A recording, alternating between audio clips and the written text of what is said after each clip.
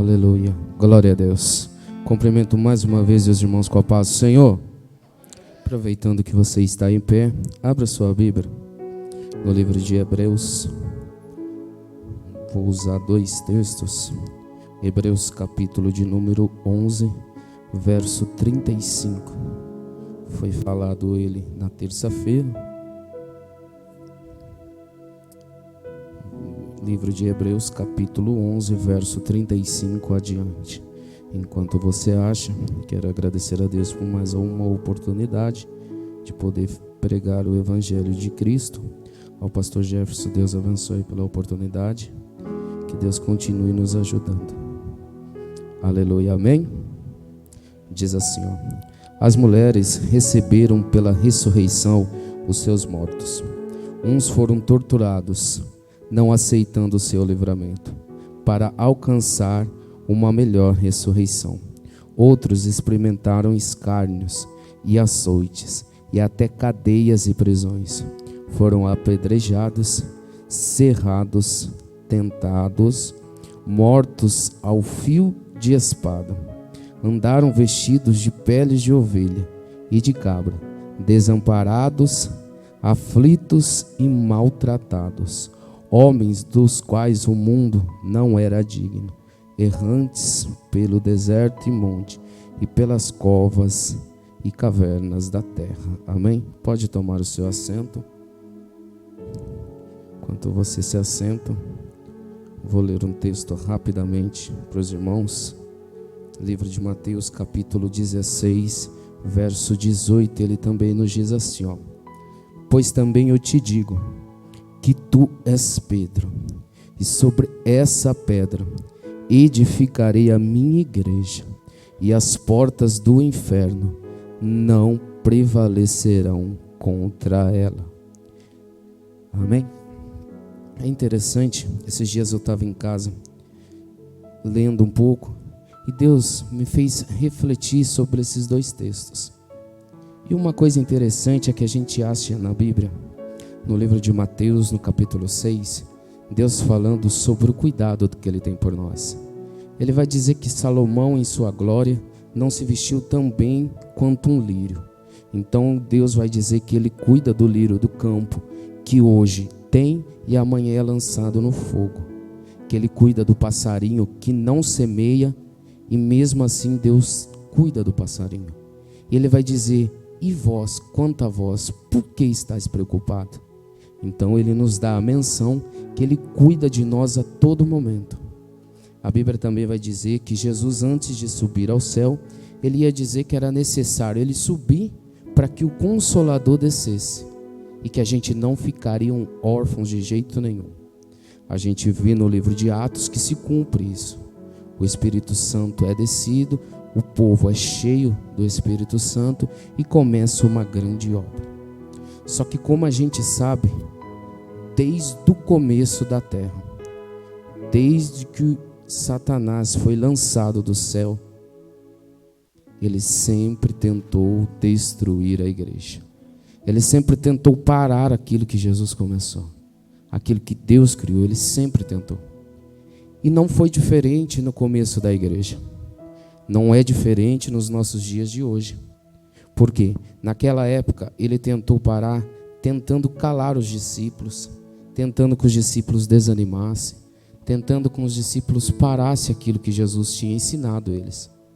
Mas só que é interessante que quando a gente vê Pedro e João subindo ao templo para orar, Deus faz um milagre.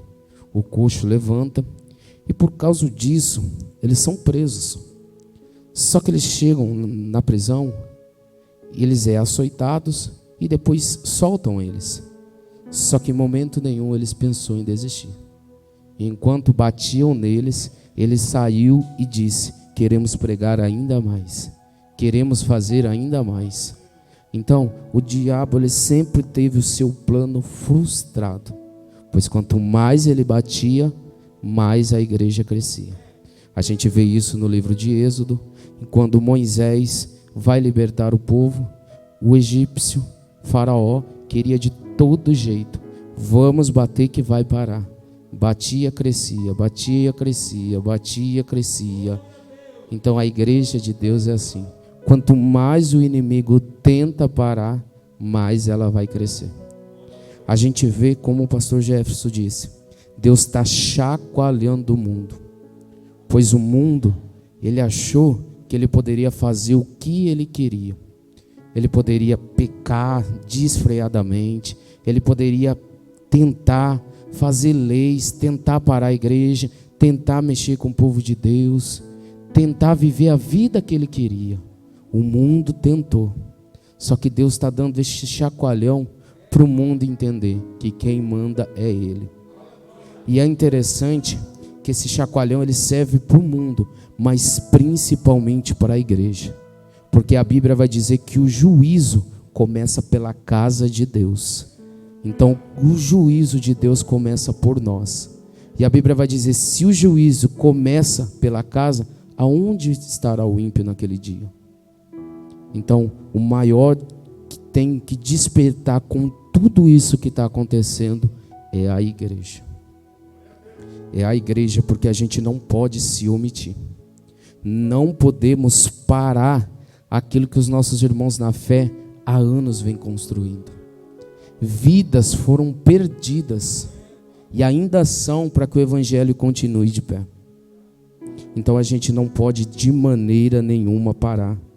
Deus conta comigo, Deus conta com você. A gente precisa se ajudar uns aos outros para que juntos a gente possa continuar aquilo que Deus nos disse.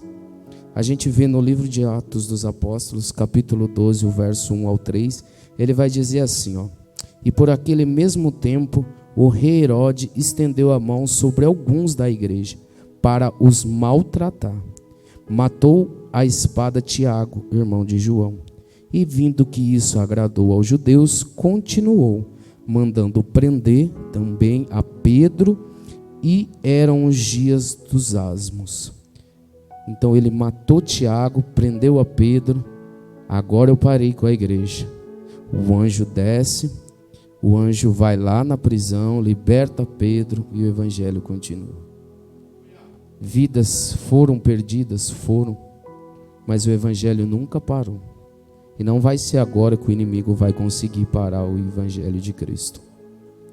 É interessante que a gente vê Paulo perseguindo a igreja com uma fúria tão grande, tentando, puxando cristãos, arrastando, mandando prender. Só que quando ele vai para Damasco, com tudo pronto, o inferno disse, agora vai dar tudo certo. Vou usar a vida de Paulo para prender e fazer ainda mais. Ele tem um encontro com Cristo no meio do caminho. E daí Deus vai dizer, por que tu me persegues? A partir daquele momento, Paulo já não é mais o mesmo. A partir daquele momento, aquele que perseguia vai se tornar um servo. Aquele que queria matar o povo vai ser um que vai ter a coragem de morrer pelo evangelho. Então, olha o que Deus faz. Não adianta o inimigo tentar mexer com a igreja, porque cada vez que ele mexe com a igreja, ele perde. Cada vez que ele tenta derrubar a igreja está de pé. O mundo não gosta da igreja, não é porque eles acham que a gente somos melhores, é porque eles acham que por a gente mostrar para eles, falar do pecado, eles acham que a gente é santo e eles são perdidos. E ainda tem mais. Se você for falar com um desviado, que é para ele parar, se arrepender, ele vai dizer, quem é você para vir me julgar? A Bíblia diz que aquilo que você julga, você será julgado.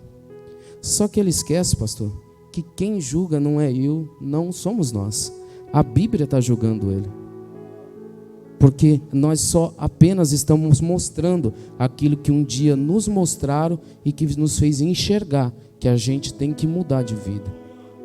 Então, se ele diz que nós estamos julgando, a Bíblia está julgando ele.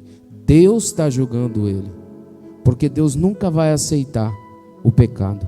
Ele ama o pecador. Tanto que foi o amor que ele se entregou na cruz. Mas ele nunca vai aceitar o pecado.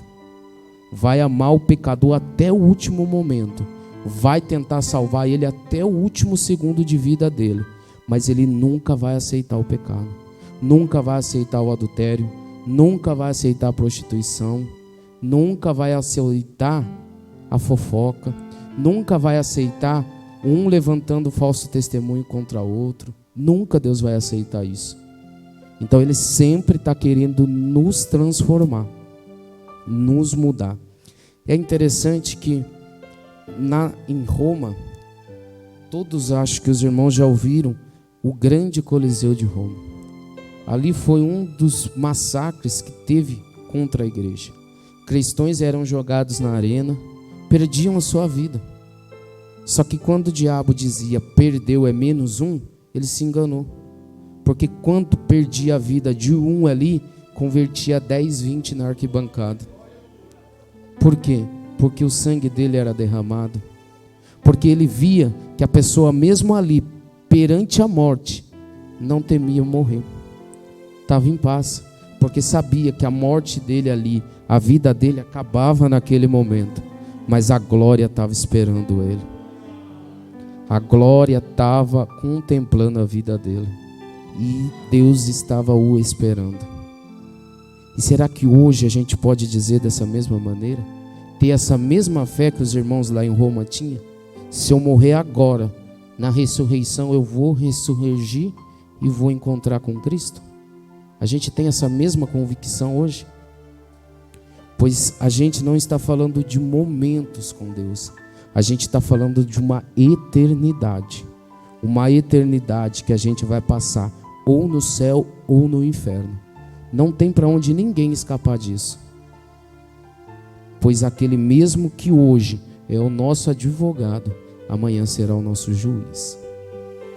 Então, ó, porque a gente tem que tomar muito cuidado, pois é uma eternidade. Não é dias, não é anos, não vai ter mais fim. Então a gente tem que tentar até o último, se apaixonar por Jesus a cada dia amar a Cristo como nunca, para que se hoje Jesus nos chamar, a gente esteja preparado para nos encontrar com Ele. Então, a igreja, ela sempre vai ser perseguida. Sempre vão tentar destruir a igreja. E a igreja sou eu e é você. O inimigo sempre vai tentar te destruir, pois ele sabe a glória e o céu que está te esperando. Então ele vai lutar de todas as maneiras para você não chegar lá. Então, por isso que em Roma tentaram parar a igreja. Diocleciano, um rei, ficou 8 anos perseguindo e matando os cristãos, mas não parou a igreja. Trajano tentou também parar a igreja, não conseguiu. Domiciano também. Tito tentou também. Nero também tentou, mas não conseguiram parar a igreja. Adolfo Hitler matou 6 milhões de judeus, pensando que ali acabava a igreja. Só que ele se enganou. Todos eles se enganaram, porque quanto mais eles tentavam matar a igreja, mais Jesus fazia ela crescer. Quanto mais eles perseguiam, mais Deus dava graça e mais o evangelho crescia. Mas sabe por que o inimigo ele fica furioso demais com a igreja? Porque cada vez que ele tenta acabar, Deus vai lá e ajuda ela. Deus vai lá e faz ela continuar caminhando. No livro de Mateus, no capítulo 27 e o verso 50, Jesus está pendurado na cruz. E ele vai dizer uma coisa muito interessante que abalou o inferno. Porque o inferno até aquele momento fez de tudo para matar Jesus. Vamos açoitar ele, vamos pendurar na cruz, vamos tentar de toda maneira. Só que ele não morria. Porque a Bíblia vai nos dizer que o único jeito da morte tocar em nós é através do pecado. É a única coisa.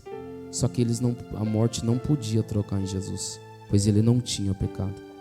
E daí, no livro de Mateus 27, 50, ele vai dizer: e Jesus, clamando outra vez com grande voz, rendeu o seu espírito.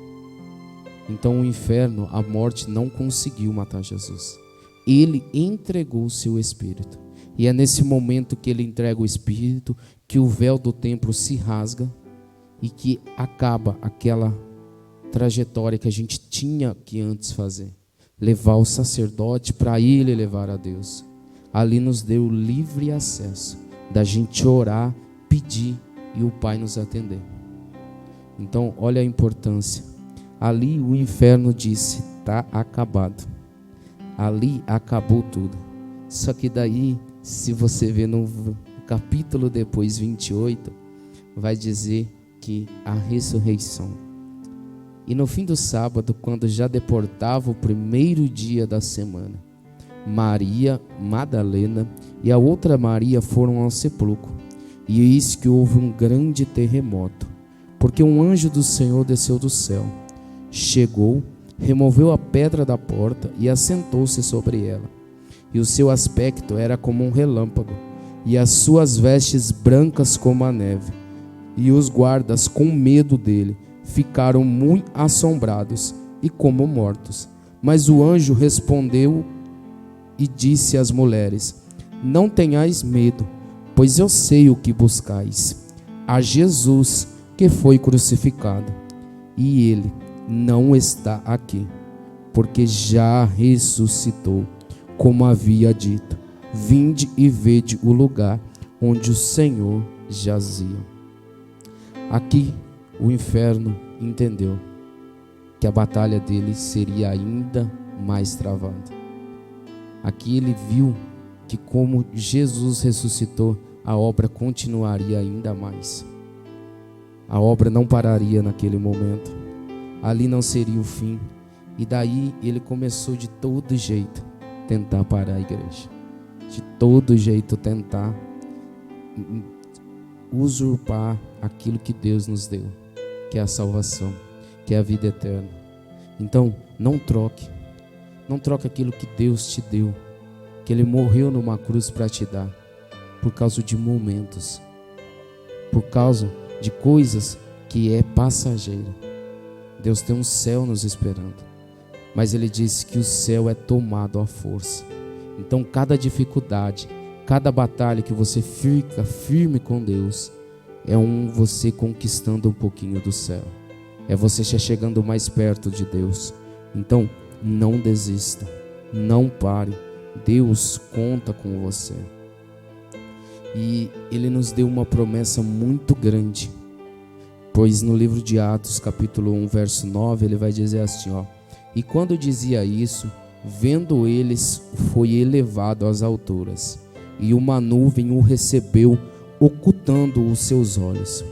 E estando com os olhos fitos no céu, enquanto ele subia, eis que junto dele se puseram dois homens, vestidos de branco, os quais lhe disseram: homens galileus, por que estáis olhando para o céu? Esse Jesus, que dentre vós foi recebido em cima no céu, há de vir, assim como para o céu o viste ir. Então essa é a maior promessa que a igreja tem, e a maior esperança dela, que assim como ele foi, ele vai voltar.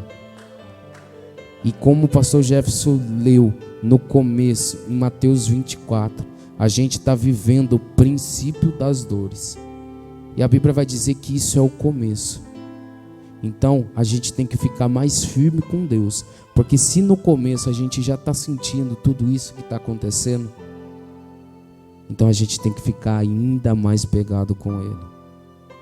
Porque em uma das cartas que João vai relatar, Deus vai dizer que para a igreja de Laodiceia, que ela perdeu o seu amor, o seu primeiro amor. E a gente tem que tomar cuidado com isso, porque às vezes o tempo, ele quer que a gente perca esse primeiro amor. O tempo, às vezes a gente diz: eu já estou tanto tempo na igreja, eu já estou tantos anos na obra,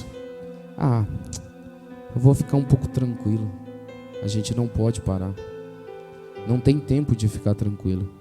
O inferno está há 2000 e muitos anos tentando, ele não parou um minuto. Então por que a gente tem que parar? A gente tem que continuar. tem que continuar buscando, continuar orando, continuar cada vez mais vivendo o nosso hoje como se Cristo voltasse amanhã, como se estivesse a milésimos de segundo de Ele voltar, porque Ele vai nos relatar que Ele virá como um ladrão da noite, o dia que ninguém espera e ninguém sabe. Então, e se nesse dia que Ele voltar a gente tiver com a vida mais ou menos? Tô lá, tô cá. Hoje eu vou para a igreja. Não, hoje eu não quero ir, vou ficar aqui. Outro dia eu vou. E se nesse dia que Ele chegar a gente estiver lá em casa? Estiver lá assistindo novela, bem tranquilão, assistindo Netflix. Já pensou nisso? Já pensou que é uma eternidade? Que daí a gente não vai mais ter tempo. Não vai mais ter tempo de dizer, nossa, agora eu vou firmar. Não. Na hora que Ele voltar, cessou o nosso tempo. Vai ser somente aquilo que a gente fez até aquele momento. E para terminar, só um último versículo que está em Mateus 24:46, que ele diz assim, bem-aventurado aquele servo que o seu Senhor, quando o vier, achar servindo assim. Então bem feliz somos nós, se Jesus voltar hoje e a gente estiver firme com Ele, servindo.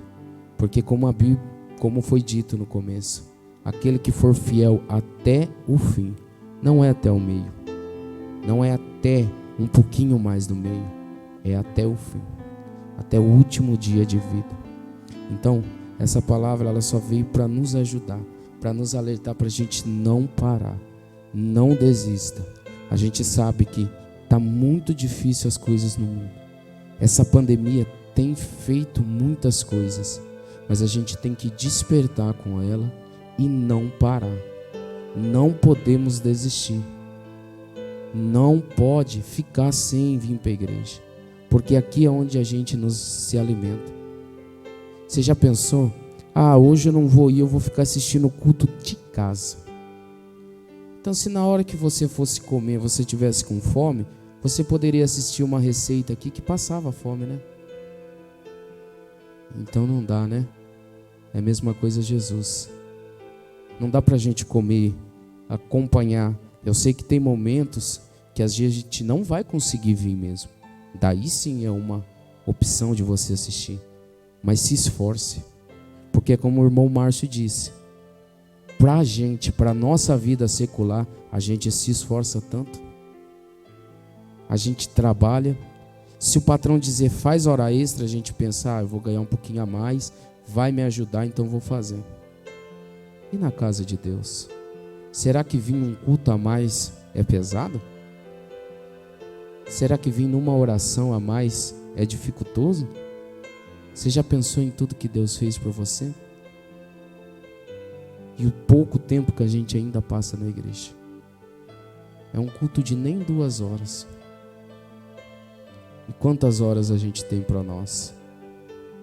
Então a gente tem que ficar mais firme, mais junto com Cristo hoje, para que se Ele voltar, a gente esteja preparado para encontrar Ele. Então, por favor, não desista, não pare. Pensa, Jesus morreu numa cruz, Ele está cuidando de você todo dia e toda hora. Então a gente não tem motivo para desistir. Tem luta? Tem. Tem dificuldade? Tem. Só que tem um céu nos esperando. Tem uma eternidade que está nos aguardando. Está só esperando aquele que for fiel até o fim chegar.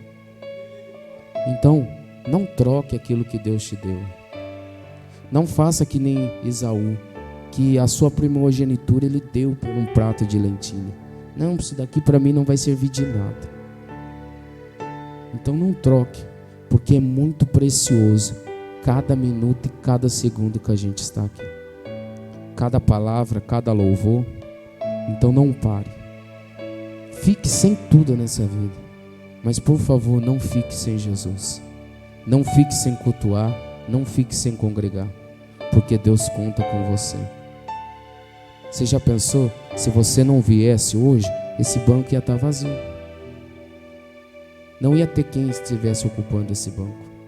Então a sua presença é muito importante. E eu creio que você está saindo daqui alimentado pela palavra de Deus. E eu creio que isso vai ser um impulso para nós não desistir. Então não pare. Deus conta comigo, Deus conta com você. Vamos até o fim, para que quando a gente encerrar a nossa carreira, a gente possa ter a certeza que o combate foi combatido muito bem e que daqui a pouco nós estamos no céu. Amém?